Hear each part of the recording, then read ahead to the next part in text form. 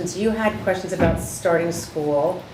You didn't. I did send something. Could you tell me again what it was? It's more about Albert's anger issues. He seems so unangry. Did you send me that? Really? Honestly, Because he has a wife and twins. we're still having some challenges, like sometimes Jasmine, I mean, Oh. it's so random, like I never know when it's gonna happen, you know? Like just the other day, it's like, okay, we're crossing the street, hold daddy's hand, and Vicky slaps his, and then she's like, no, I want mommy's, and he's like, now, hold my hand, like, cause he gets nervous, like in Right. safety Sure, situations. Or like at home, you know, she's like, no, I want mommy to, you know, do this for me. She's like this. You never know when it's gonna happen. There's one more And than the I other. think she It's knows how Nikki. to push his button. Right. It's And- Nikki. Huh? This No, is- it's Jasmine. But this has been this way, right? I remember Yeah. this. Oh, it was Nikki before. Yeah. Was it? I don't remember. We I did it don't switch? remember anymore. Did it switch? I I think it used remember. to be both of them, and then I think it's always been. has always I think been so. Jasmine. No, I thought. I don't know. Why do you do your phone? Huh? And Okay. yeah. Oh, because it doesn't. That's it. But I don't know how to, and then if I Broken. intervene, which I know I Yeah. shouldn't, Yeah. then he gets kind of mean. Just Well, opens up these so small this is- applications. If I don't intervene, they fall apart and they come running after. Right. Well, I'm not worried about text the kids. people I'm from not- me, I'm not sends them worried my about them location. falling It's I mean, phones. they're gonna, you know, they're not falling Look apart. at- They're just reacting to the this, right? Yeah. And all kids are going to react to this, you know, when parents are on different wavelengths or Yeah. there's some conflict or your mother-in-law's here or whatever, right? No offense, but you know what I'm saying? Yeah. When there's changes that happen and there's this, but this is part of the marriage plan. And this is what happens in all Yeah. relationships, that you go through some phases that are, everything's kind of symbiotic and everything's Yeah. working kind of nicely, and then, you know, somebody's out of a job, or somebody has this, or, you Yeah. know, this, our personalities kind Yeah. of come through. And you can hold it together for a couple of years, and then they turn 5. And you're like, oh, I can't do this one more year. We're still talking about sharing. We're still talking Yeah. about not fighting. Right. We're still talking about, listen to me the That's first true. time. We're still talking about da da da da da da. And this is gonna happen every year. Yeah, So we start to decompose a little bit. yeah. And, you know, I'm gonna ask, huh? And so sometimes I'll be like, play, you know, or. Right. I think if you step in, my personal thought, it's a little demeaning to him. Of course, And it's showing the kids that he needs your help. right, And it's, thirdly, they drawing you in. yeah, So I'd rather him do it incorrectly or lose it or whatever, but have the experience with the girls than you getting involved. Now, so this is one of the things that is a problem, and I don't know how it works in your home. It works, you know, but in general, it's the one who is a little more controlling. And when she's more controlling and gets everything organized, then the net, Duncan's trying to talk to you, sit back. And we talked about this last year, the upside and the downside of the uterus, right? But in general, you know, when things are, when the nest is calm, women are calm. When there's something going on, even if it has nothing to do with you, we, you know, have a few more tentacles, I think, in space. And I think there's a time that, you know, in the first couple of years with your kids, like, you have to be like that. yeah, And, but then there comes a time that you gotta pull back a little bit, which is what we were just kind of referencing, you know? Yeah. And shit's gonna happen. No, I said last night, like my energy was okay, but I was like, you know, I did the dishes, I got them dressed for bed, I brushed, you know, I made sure they brushed their teeth, and then like I was like, pick 2 books, you know, whatever it was, and then I walked in the bedroom and Robert's like on his phone, you know, and he's very active. But I looked at him and I'm like, I'm doing too much, aren't I? He's all, I'm like, do you want to read him a book? He's all, And so he got up and he went in there and I thought, oh God, they're going to melt down because I already promised that I was going to read it. And they did, they got upset, but he just shut the door and he sat down and just started reading. Yeah. So I realized like I have to let him do more. It's hard. And we also have to be okay with everything But not it's not being that so. we're trying to control, like almost try, and you and I have talked about this, but like we try to like save our husbands from like doing a Right. lot, you know, but it's like, it's, Right. But that's, they're Is eight or that not. really what it is? Eight or not. Yes, it totally is. But A, they're not, but here, I'm gonna Seriously. speak for the man now. A, they're not asking for it. B, they probably don't need it. And C, they're going to at one point resent it. Yeah. No, I get that. So, it's just kind of the way, and it happens in a male and male relationship somehow. I think we have two mothers in our house then. You can, and I have to complicated. We're both controlling and we're both like, you're doing it wrong, you're doing it wrong. Right. That's And my two really dear friends, two women who are married, they're trippy too to watch. Because I think one of them's gonna be like the controlling one and she just like pulls out, and the other one just like makes everything always calm. So they're like so many tentacles and uteruses in that house, it's crazy. But every relationship is a little different. I don't mean to say it's just women this way or just men this way. Because every family is Go different. And Albert. remember, we pull in all of our Thank old you. stuff. Yeah. So, when we talk a little bit about the importance of a date night or a date week or whatever, it is really important. It is really important to have some time when you go out on a Saturday night and say, how's it going for you? How's it, what going? And if I can change one thing to make you happier in our relationship, what would it be? Yeah, that's true. And I think it's really a great question. You're not gonna change 3 or 4 things, but one thing you can work on. And it takes a little time, and maybe even say like, what was the best thing I did for you this week? And now tell me what I can do next week that will make our family life a little better. I think if you start with what was great last week, like that, then you move to this, and then you move on that conversation. If you've been very controlling this whole time, Just say, hypothetically. Not this friend is very controlling, and her husband just waits for her to tell him what to do. Right. And this woman has become very frustrated by that. Okay. But she doesn't know how How to to how to Well, ask. again, Because it's always like, when it's like I noticed on the weekend, like we gotta get out the door to go to something. And I'm the only one that is like wrangling. Like he's sitting there, the kids are sitting there, and I'm like, let's go, let's go, repeatedly. But like, why is it always me doing that? yes, I mean, I know why it is, because I've always done it, but how do I I extract myself out of this situation? Because men are a little smarter than we are. In that way, and they go, let her deal with all this. And I was like, fine. She found the apple in his room, let her deal with it. Like, I'm busy working. I got this project. He doesn't have to get messy. So I pulled the kid in, like I did tonight, and said, honey, remember our conversation this morning? Please share with so-and-so what we talked about. And my husband, I don't think was resentful of that. We had a conversation this morning about, friggin' teenagers and drinking. Yeah, like real life stuff. It's safety and it's bad habits and it's stuff they're going off to college. It's like it's this. You're talking about some serious. Hello, Christy. And he'd rather, it's not. He's not being passive because trust me, he's not passive at all. And he wants to share and be involved. He is, but it's my job sometimes to bring him in. And make it sort of like, sweetie, can you share with so-and-so what we talked about this morning? But I feel like that's still being the director. How do I not be the director? Well, okay, so you have to pick one thing you don't want to direct. I don't want to direct any of it. Okay, but you can't get one thing. I think once you say it to Harley, like on the weekend, if we have to party at 10:30 and we planned on leaving at 10, when it's 10, You watch the clock can also. you wrangle the kids? Maybe asking to watch the clock is too much. Maybe you say, Harley, it's 10. That's what I have to do. That's okay. Well, and then That's you wrangle. normal. Can you wrangle the kids from there? Yeah. I mean, I just feel like, but that's like a step where it's like I'm the one that has to say. But is it a party? always- Does he not want to go? Is he just? No one wants to go. If it's a kids' party, no one wants to No one wants to go. Okay, so Not it's his one weekend. person. He doesn't want to go. That's Right. there's a little bit Yeah, of no, that it's too. definitely, it's definitely not. I'm sure if it was something he was excited to Right. do, or Okay, then yes, don't take him. okay. Time off. Like Yeah, I mean, listen. Well, no, I did last year, like for kids that I wasn't so close with. I was like, you can take them to my party, because it's like, Yeah.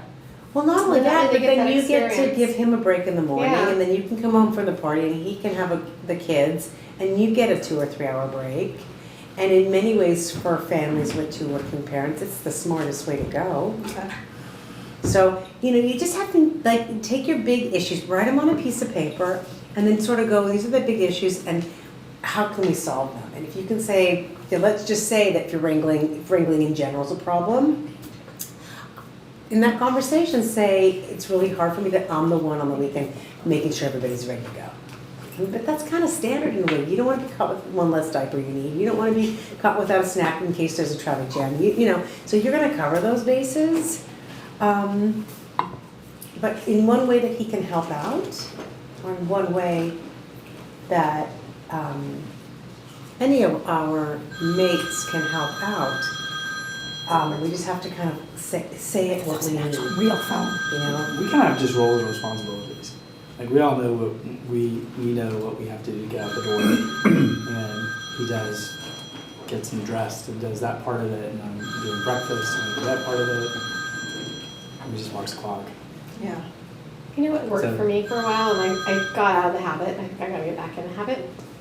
So if I get Albert a job, and I'll say, okay, we need to pack for the picnic today. You're responsible for the snacks. I'll make the sandwiches or whatever, and I don't know. I'll give him like a list of like if we have to pack clothes. I'm like 2 pairs of socks, 2 pairs of underwear, 2 pairs of t-shirts. You know what I mean? Like Right. Or I'll say, what do you want to do? Do you want to pack up or do you want to do the food? yeah. Just so they're getting a choice. I just That say I get It so does get frustrated so that like I would exhausting. have to give like a I list know. of like Sometimes that's what I just think it's guys. 2 They pairs just of think that's socks, the way they 2 are. But pairs, they look at us as the manager. I mean, like, But I I hate it. Yeah, I hate it's it true, too. it's true. But literally, But if he'll packing say can be things like, his "You're head of job, the house," and I'm like, I then wanna be head of you the do house. that. Like we Could be like, traveled what a am I- lot what when do our you kids do? were little, a lot. And my job was to pack. Kid's job was to take the stuff to the car, and my husband put it in the car. And it worked like that all the time, because he liked to organize it and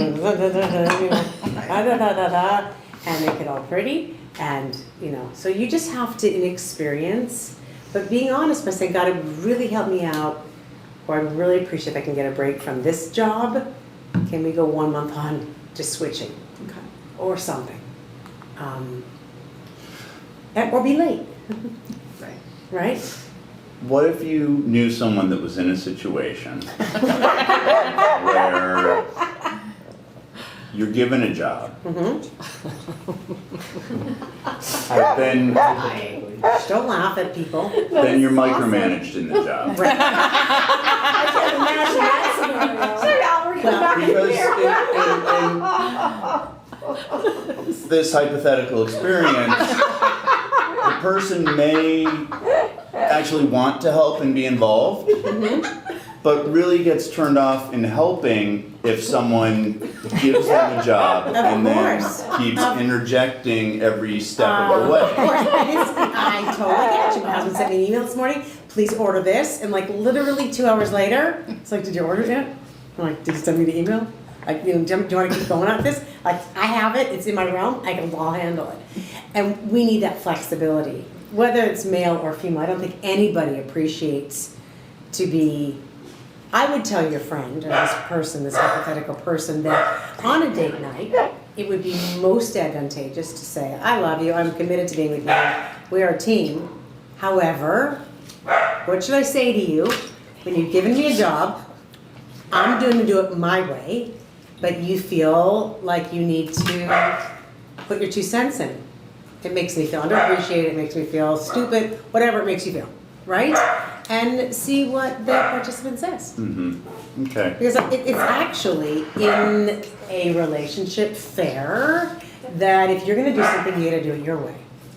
And if some buck's missing on one little strip here, or I never forget my husband diapered my baby, my oldest when she was a baby, and put the diaper on backwards. No, sorry. He bathed her and dressed her, forgot the diaper. Put her on the bed, and she's like literally a week old. Put her on the bed, and the next thing you know, it's like, shh. Like this. no. It was the cutest thing ever. But it was like such a nice sign of like, wow, he's gonna do it his way, I'm gonna do it my way. And you guys, your kids are safe and they're strong and they're much more resilient than they think they are, that if they don't have it all perfect, it's fine. So I'm looking at you because, I mean, I'm sure you have your side, but we're gonna leave it for now. It'll be for a dinner. But just to be honest and not blaming, and just say moving forward this week. It's amazing. Can we try, when I'm doing my job, for you to just let me do my job? Let's just try it for a week. And if that person interludes, you might need to tap your nose or make a sign, preferably not your middle finger. And yes. This is the time for you to step back. But you guys, the kids are 5, or moving towards 5, so things can get a little bit more back-centered to the relationship and a little less child-centered and child-focused. In fact, in the olden days, in the 50s and 60s, it was like that straight away, right? The babies were put in playpens and parents sat around and had cocktails, and where the relationship was really important. And I think in this generation, it's very easy to lose sight of it, because of the technology, to have this everywhere and intervening us, and we're not always connected. We have to put energy into maintain the relationship. So each other asking, what can I do to make the week better and our relationship better in this coming week? What can you do? And you get one thing, and there's no blaming, and there's no getting into an argument about it. It's just, I'll work on it, honey, is the response when you hear something you don't want to hear. It's hard to start changing that pattern if it's now it's gone on for 5 years. Yes, and it's worse with twins, no doubt, because you guys, and you're in these all of you parallel except, who sits here, have only the 2. So it's 2 on 2. You're 2 on 3. So it's harder because you've already established those relationships, those verticals. And really what you need to work on is a little bit more of that horizontal. It is hard. It's got to be a mindset. It means reading a good book about marriage, if it reads a good book about, and there are some great ones, about communication in marriage, all those things. I feel like all that's super beneficial, especially if you're in for the long run. Kind of along the same lines, we've been having a problem just in terms of arguing in front of the kids. And there's a lot going on, it's stressful, and you start snapping at each other, and the kids are, they're the age where they pick it up on it. It's like, Dad, why are you always Dad yelling at you? Right. Why are you yelling at each other? Right. It's like, all these explanations. So it's just we're trying to come up with little code words or something that just says, kind of, tap out. Right. And you don't even But have to it's say tap hard out. You to- can actually say it out loud, because it's very easy for arguments or just disagreements to escalate, and you can't anticipate that. But once you're in an escalation mode, the one who can see it better can maybe say, I think we should talk about this later. Because it's actually a good technique when 2 people are really hot and bothered to take a break. And that's what we tell our kids to do. So for you to Take a model time that. out, we time out. Yeah, for you to model that is good. So if he's escalating, he can say, wow, I'm getting the feeling that we should finish this conversation later. As long as he's cool with that. He might feel like you're shutting him off. He might feel like you're shutting him down, that you're ignoring, who knows, right? Because it's different in every relationship. But that's a great question or topic to talk about. Because I think it's always a tricky thing. People say, people say my parents never, never yelled in front of us, and I'm not sure that's a good thing, because then later on those parents get divorced and my parents never even fought. How did they end up divorced? Well, that's probably how they ended up divorced, because they didn't really know how to resolve conflict. So modeling the resolution of conflict, I think, is really important. It has to be respectful, obviously. It has to be timely, right? It can't be excessive. But I think there's an advantage for children to see their most loved and trusted people have different opinion. because they're gonna grow up and they're gonna have a different opinion than you. So if they haven't seen you work things out with your partner, how will they know how to work things out with you? They have to be comfortable saying, we disagree on this. Let's find a different way of coming about it.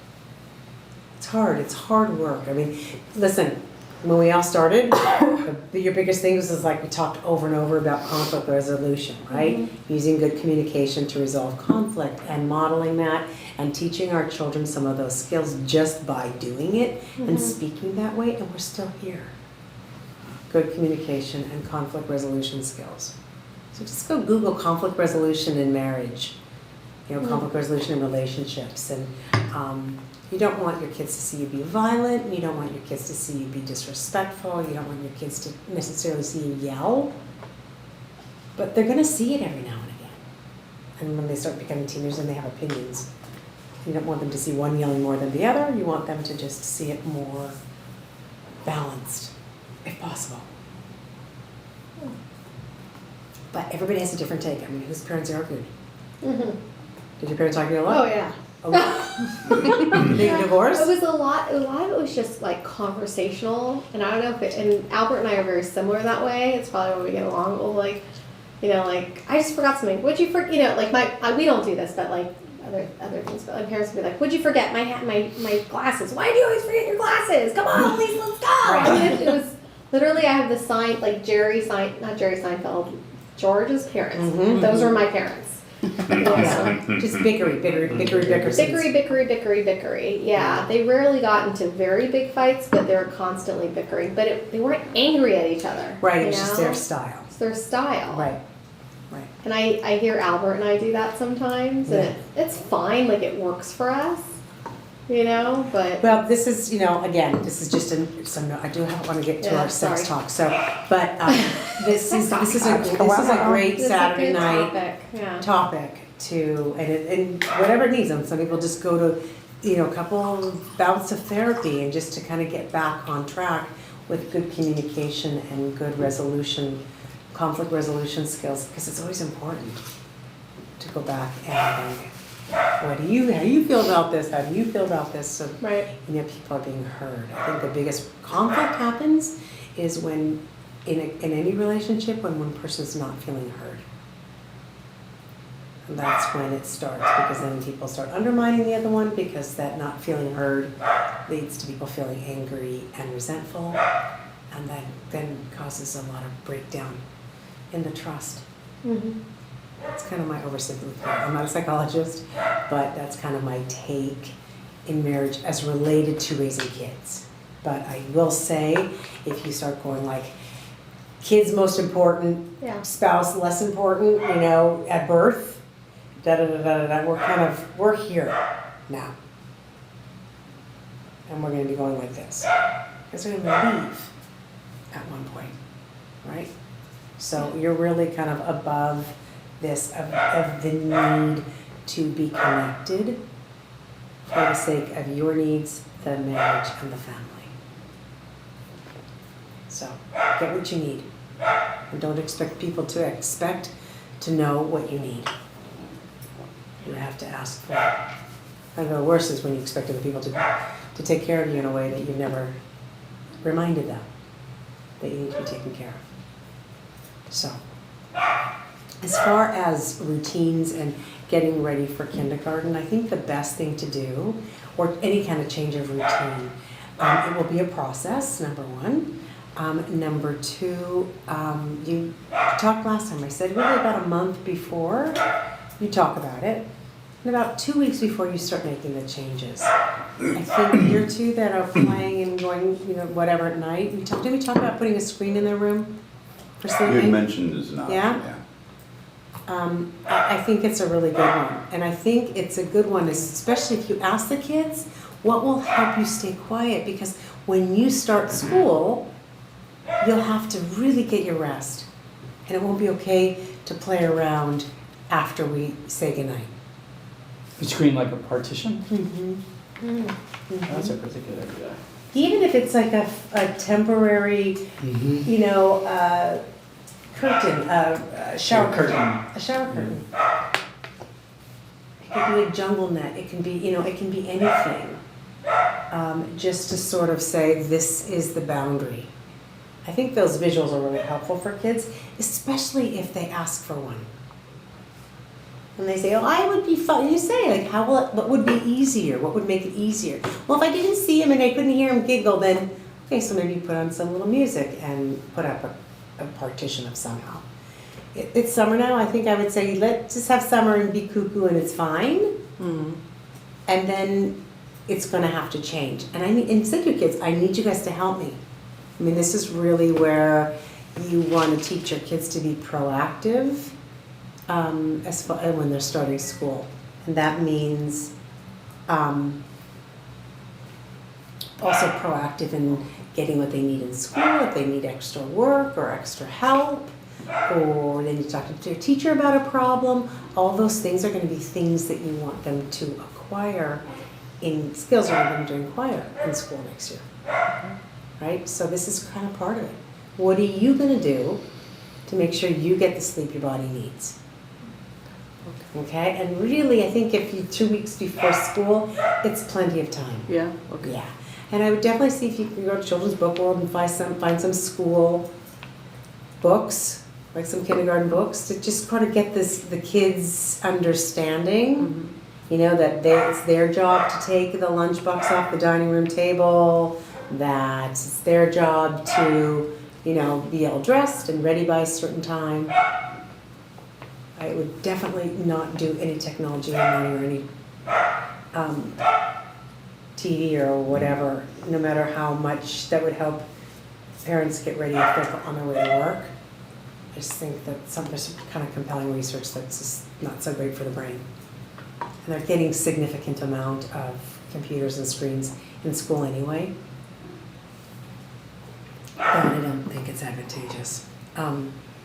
So give it, don't stress out about it. I think casually I would say, and certainly when they go to sleep quicker, the next morning I would reinforce it. Okay. You guys slept through the night, or you went to sleep right after Daddy, I left. What do you want for breakfast? I'll make something special. Right? So the subliminal message is, wow, it works out better when we get our sleep. And bedtime should stay around 7 or 8? 7:30ish. Something. If you're getting up earlier and either you're having to commute or,